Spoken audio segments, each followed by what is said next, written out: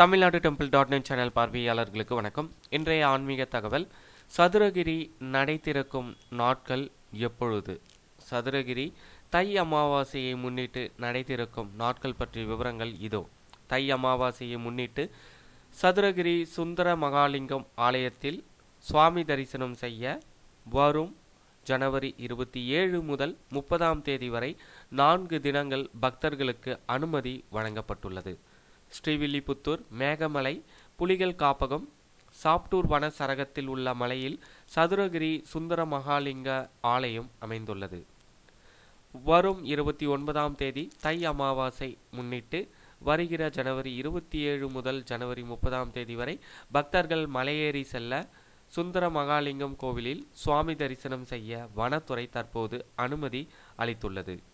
இந்த தினத்தில் காலை 6 மணி முதல் நண்பகல் 12 மணி வரை மட்டுமே பக்தர்கள் மலையேற அனுமதிக்கப்பட உள்ளனர்.